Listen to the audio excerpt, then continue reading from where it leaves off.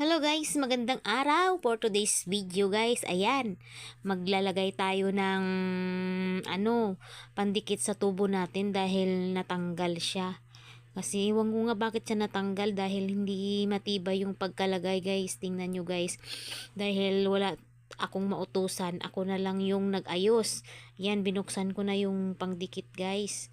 Yan, hirap na hirap ako magbukas niyan. Muntik na matamaan yung kamay ko ng kutsilyo. Buti na lang yung kutsilyo mapurol. Ayan, hirap na hirap talaga ako magbukas kasi sobrang sikip. Parang virgin lang. Ayan guys, so nabuksan na din sa wakas. Kaso nga lang tumilapon yung takip.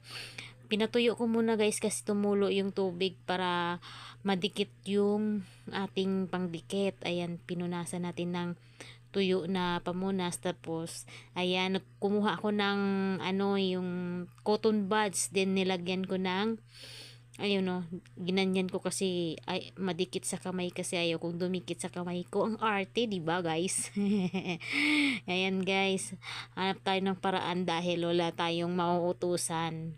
Kasi ako lang mag-isa dito sa bahay, kaya hanap tayo ng paraan. Ayan, 'di ba? Para-paraan lang guys, paano natin makabit yung ating tubo na tayo lang mag-isa, char. Ayan, dinugtong ko na nga guys. Ayan.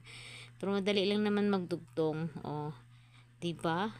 Madali, ganyan lang magdugtong. Pag ikaw lang mag-isa, gawin mo lahat. Wala kang mauutusan dahil ikaw lang I just mag-isa. want to say,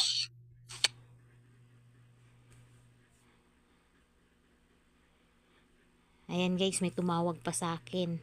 Ayan, tinakpan ko na dahil nanguha lang tayo ng ng pangdikit. Hindi naman sa atin yan.